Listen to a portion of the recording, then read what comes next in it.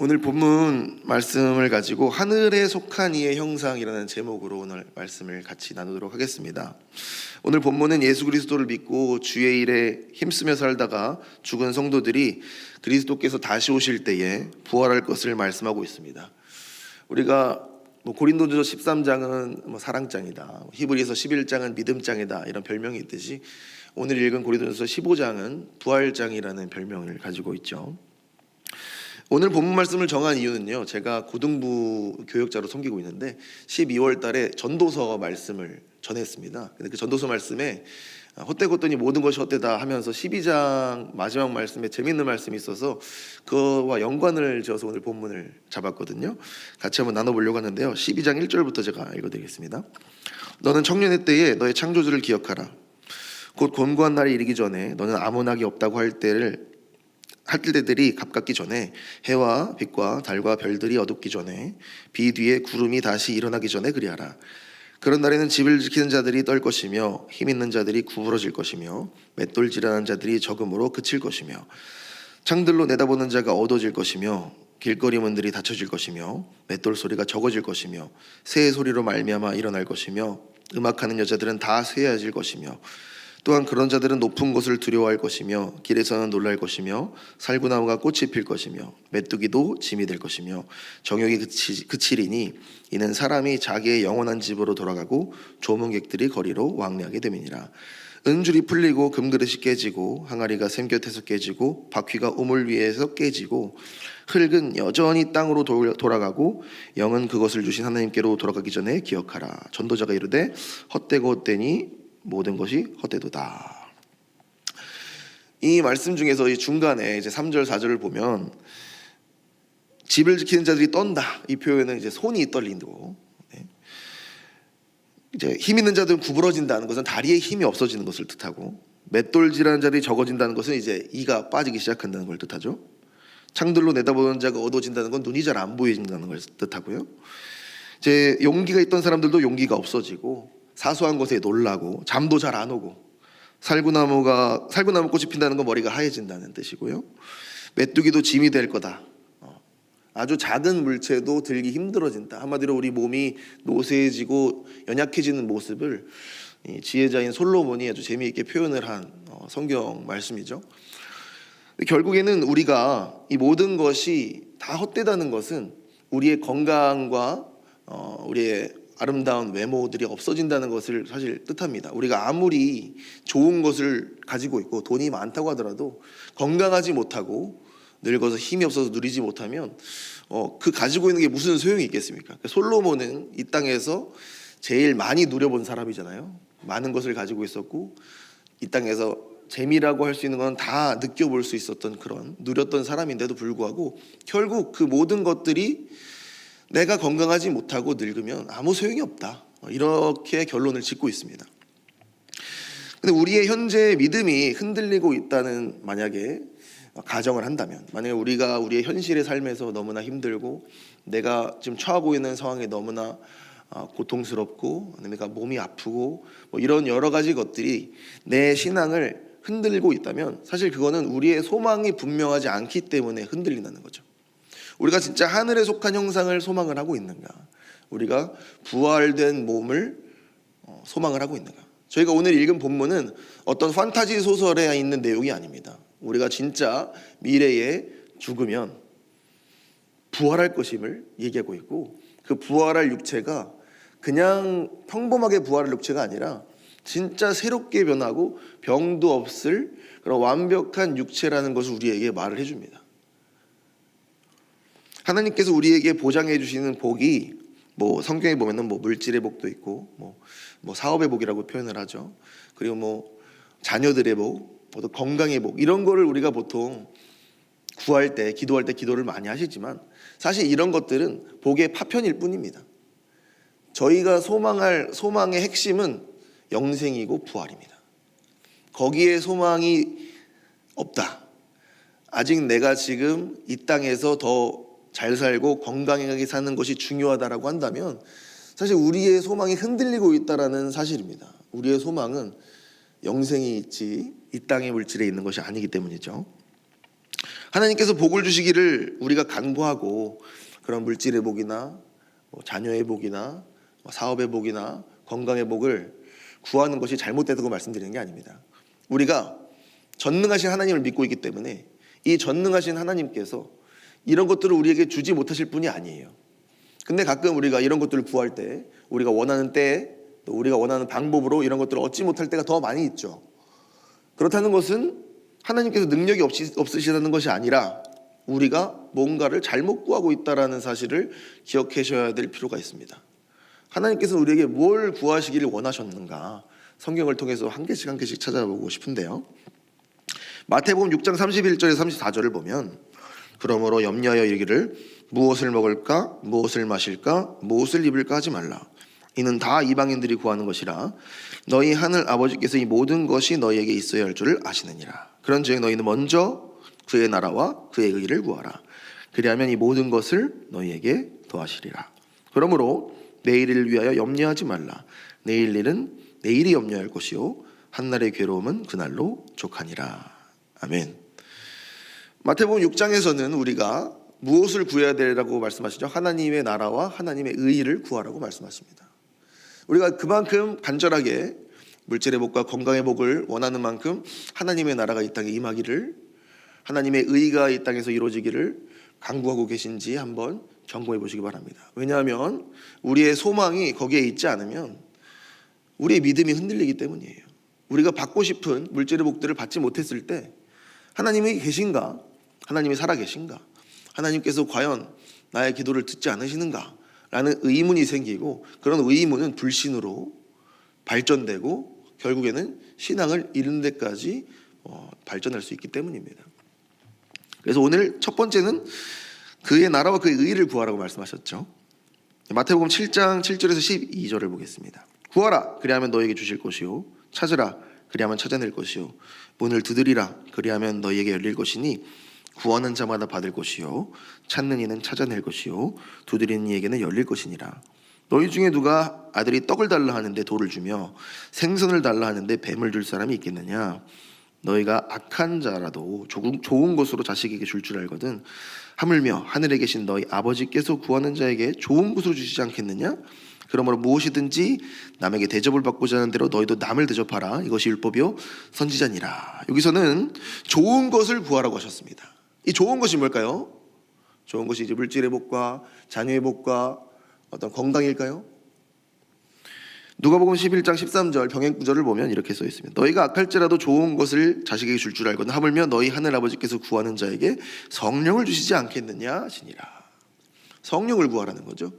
어떤 신비주의적인 은사나 방언이나 이런 걸 구하라는 뜻이 아니라 고린도전서 13장 아까 말씀드렸듯이 사랑이 가장 큰 은사라고 하셨습니다. 근데 그 사랑을 행할 수 있는 힘은 저에게 없어요. 우리가 욕정이 점점 좀 사그라들었을 뿐이지 우리 마음에 있는 자아가 여전히 있고 그런 것들이 드러날 때마다 사랑을 하지 못합니다. 질투를 하고 싸우고 나쁜 말을 하고 그렇기 때문에 우리가 늘 성령을 구하지 않으면 우리가 사랑을 행할 수가 없어요. 우리가 그럴 때마다 십자가 앞에 우리의 죄를 내려놓고 성령님을 구해야 우리 마음 가운데 성령께서 충만하게 임하시고 우리가 영생과 부활에 걸맞는 삶을 살게 되는 겁니다. 하나님께서 원하시는 구하는 것, 소망은 바로 이 성령을 구하는 거예요. 과연 우리의 기도 제목이 이것인가 다시 한번 생각해 봤으면 좋겠습니다. 세 번째는요, 요한복음 4장 10절에서 14절인데요. 예수께서 대답하여 이르시되 네가 만일 하나님의 선물과 또 네게 물 좀 달라 하는 이가 누구인 줄 알았더라면 네가 그에게 구하였을 것이요 그가 생수를 내게 주었으리라. 여자가 이르되 주여 물 기를 그릇도 없고 이 우물은 깊은데 어디서 당신이 그 생수를 얻겠사옵나이까. 우리 조상 야곱이 이 물을 우리에게 주셨고 또 여기서 자기와 자기 아들들과 짐승이 다 마셨는데 당신이 야곱보다 더 크니까. 예수께서 대답하여 이르시되 이 물을 마시는 자마다 다시 목마르려니와 내가 주는 물을 마시는 자는 영원히 목마르지 아니하리니 내가 주는 물은 그 속에서 영생하도록 솟아나는 샘물이 되리라. 그죠? 10절에서 내가 누군지 알았다면 네가 나한테 영생하는 샘물을 구했을 것이다 라고 사마리아 여인에게 말씀해 주십니다. 우리가 사실 구원과 영생이 예수님을 믿으면 당연히 받아야 될 것이기 때문에 일단 킵해두고 이 땅에서 물질의 복도 좀 받아야 되고 자녀들의 복도 좀 받아야 되고 건강의 복도 좀 받아야 되겠다라는 생각이 있기 때문에 이 영생이 너무나 당연한 것으로 생각을 하시지만 사실 그 영생의 소망을 두고 초점을 갖지 않으시면 그 다른 복락들이 오히려 나의 믿음을 흔들리게 한다는 사실을 기억하시기 바랍니다. 우리가 그런 복들이 잘못된 게 아니라고 제가 다시 한번 말씀드리지만 제일 중요한 핵심은 영생과 부활입니다. 그것에 소망을 가지셔야 우리의 믿음이 흔들리지 않는 것이죠. 요즘 세상은 사실 바로바로 응답을 받아야 되는 그런 세상이에요. 핸드폰도 바로바로, 인터넷도 바로바로 돼야 되고 어떤 행동에 대한 보상이 바로바로 와야 되는 그런 시대이기 때문에 예전 어르신보다 요즘 세대들이 더 인내심이 없죠. 오랫동안 참지 않으려고 하고 참는 것이 덕목이 아니라고 하고 뭐 참을인을 3번 또 쓰는 거 이런 거는 다 미련한 사람이 하는 짓이라고 하고 어떤 인내와 참는 것, 오래 참음에 대한 덕목이 점점 없어지는 시대에 살고 있습니다. 근데 그게 기독교 문화에도 점점 들어오는 것 같아요. 하나님께서 내가 원하는 복을 내가 원하는 때에 주시지 않으면 하나님께서 나한테 잘못하고 있다라는 그런 잘못된 생각들을 가지는 요즘 세대 신앙인들이 좀 있는 것 같더라고요. 우리 어르신들은 그러시지 않으시만 요즘 젊은 시대 사람들은 빠른 피드백을 원하거든요. 바로바로 이제 효용성을 얻어야지 그게 쓸모가 있다고 생각해서 특히 젊은 세대의 신앙인들이 점점 없어지는 이유가 그래서 그런 것 같습니다. 왜냐하면 신앙은 바로바로 이 땅에서 나타나지 않을 때가 더 많거든요. 오히려 미래와 죽을 때 그것을 소망하라고 하기 때문이죠.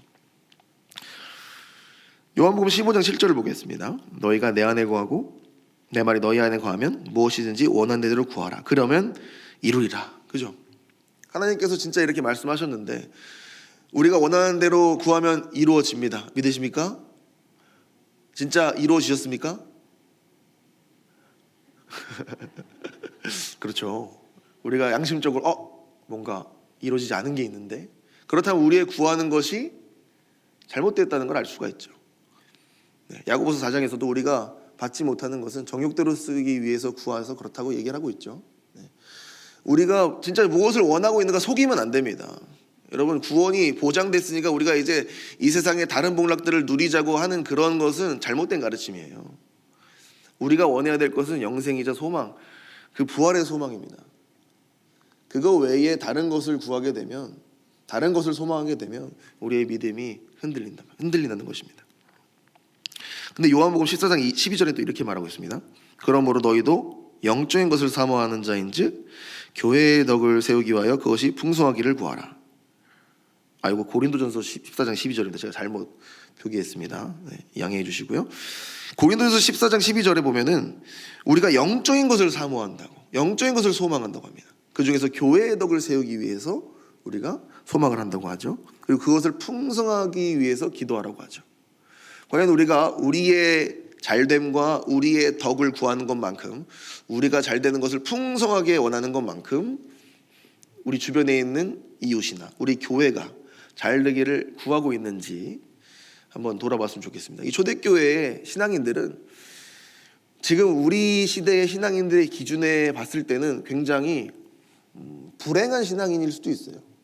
히브리서 11장 마지막에 보면 그 사람들은 뭐 돌로 쳐 죽임을 당하고 뭐 톱으로 켬도 당하고 뭐 40대씩 맞고 뭐 이런 거 그렇지만 참았다고 하죠. 왜냐하면 더 좋은 부활을 사모했기 때문입니다. 이런 말이 있습니다. 세상에서 사실 누릴 것도 아무것도 못 누리고 핍박만 받고 숨어 지내다가 죽었던 신앙인들이 바로 우리 성경에 기록된 초대교회의 신앙인들이죠. 그런 기준으로 보면 굉장히 불행한 사람들이지만 저희는 어떻습니까? 저희는 초대교회 신앙인들보다 더 많은 것을 누리고 있고 더 물질의 풍요로움도 가지고 있지만 그것이 여전히 부족하다고 생각하진 않은지요.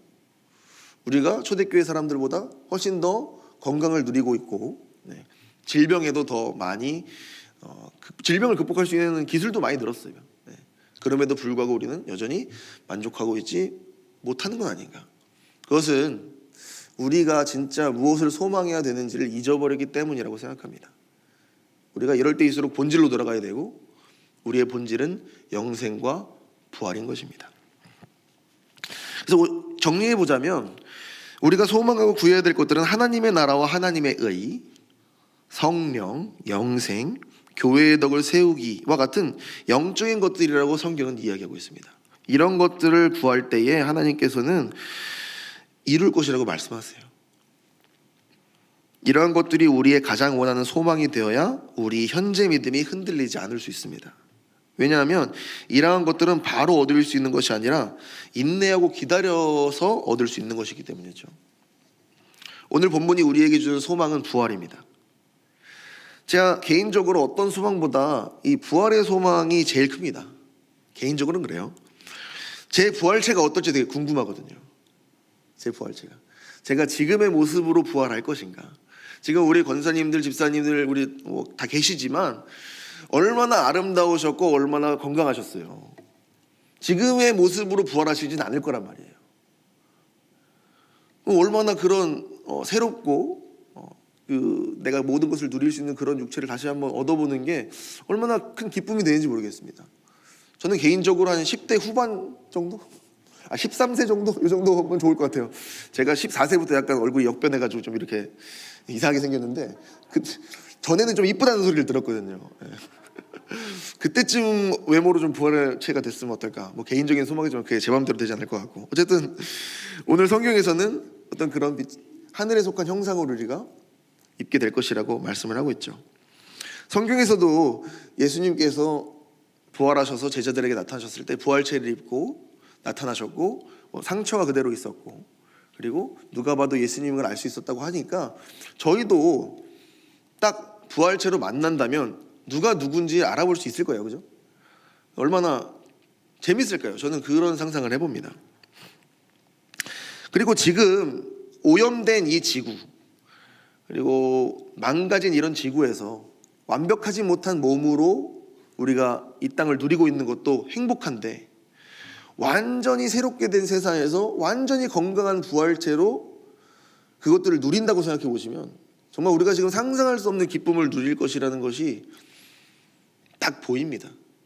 지금 우리가 경험하는 것은 정말 일부죠. 우리가 진짜 맛있다고 느끼는 것, 우리가 기쁘다고 느끼는 것, 우리가 행복하다고 느끼는 그런 것보다 훨씬 큰 것을 우리가 경험하게 될 것이고, 그 큰 기쁨은 말로 형용할 수 없다고 성경은 이야기합니다. 계시록 21장 5절을 보면요, 보좌에 앉으신 이가 이르시되 보라 내가 만물을 새롭게 하노라 하시고, 또 이르시되 이 말은 신실하고 참되니 기록하라 하시고. 만물이 새롭게 되고 저희도 부활해서 부활체로 새롭게 될 겁니다. 그렇게 완벽한 세상에서 우리가 완벽한 몸을 가지고 누릴 때 얼마나 큰 기쁨이 있을지를 소망하시기 바라겠습니다. 지금 이 세상에서 건강해봤자 죽을 때까지 건강하게 살기는 힘들어요. 저희 어머니께서 만 69세의 나이로 갑자기 암 발병이 발견돼가지고 위벽 밖에서 발견돼서 완전 손을 쓸 수 없을 때 발견이 되셔서 암 말기 판정을 받고 5개월 안에 돌아가셨어요. 만약에 제가 기도했을 때 어머니를 낫게 해주시고 제가 목사 안수 받을 때까지만 계시겠으면 좋겠다, 그게 이루어졌다, 그러면 행복했겠죠. 하지만 그 이후에도 아프시고 돌아가셨을 거예요. 그때 잠깐 회복됐다고 하더라도 결국은 죽습니다. 우리의 인생이 결국에는 죽게 되는 것이고, 그 죽음이 있기 때문에 우리는 부활을 소망할 수밖에 없는 거죠. 저는 이제 부모님, 어머니는 돌아가셨으니까 어머니께서 부활체로 어떻게 계실까, 어떻게 만날 수 있을까, 그런 기대도 돼요. 완벽한, 제가 어머니 젊었을 때 사진도 보고 했으니까 되게 아름다운 모습으로 또 건강한 모습으로 계시겠죠. 그리고 천국에 계시니까 제가 목사안수 받는 것도 보시겠죠. 네. 그래서 우리가 소망할 것은 사실 이 땅에서 잠깐 있을 물질적인 것보다는 보이지 않는 영원한 것을 소망해야 되는 우리가 돼야 됩니다. 우리 그리스도인들이 자꾸 육적인 것에 초점을 맞추기 때문에 세상 사람들이 저희를 더 우습게 보는 거예요. 세상 사람들은 이 육적인 것에 더 부하거든요. 우리가 암만 열심히 해봤자 세상 죄인들의 그런 부호하는 것을 따라갈 수가 없어요. 저희는 영적인 것을 소망하고 영생과 부활을 소망해서 하나님 나라를 위해서 열심히 봉사하고 섬기는 것이 사실 우리의 이 땅에서의 삶 아니겠습니까? 말씀을 정리하도록 하겠습니다. 우리가 신앙생활을 하면서 믿음이 떨어질 때가 있습니다. 그때는 우리의 소망이 그 초점이 빗나가고 있다는 표시라고 보시면 됩니다. 세상 사람들처럼 이 땅에서 사라져 없어질 것들을 구하고 또 그것들이 응답받지 못할 때에 우리는 낙심하기가 쉽습니다. 신앙생활에 대한 보상을 이 땅에서의 것들로 받으려고 하면 받지 못할 때가 많기 때문에 시험에 들기가 쉽고요. 그리고 믿음에서 떨어지는 경우들이 생깁니다. 그렇게 우리의 소망은 확실해야 됩니다. 영원한 것, 변하지 않는 것, 그런 것들을 소망해야 됩니다. 하나님의 나라, 하나님, 영생, 부활. 하나님 왕국에서 하나님의 자녀로 함께 사는 것, 영생을 누리는 것, 우리가 부활체로 그 모든 것을 누리는 것, 이런 것들을 소망해야 합니다. 이러한 것들을 얻으려면 오늘 본문은 어떻게 말하냐면요, 인내하라고 말합니다. 마지막 58절을 보면요, 그러므로 내 사랑하는 형제들아, 견실하며 흔들리지 말고 항상 주의 일에 더욱 힘쓰는 자들이 되라.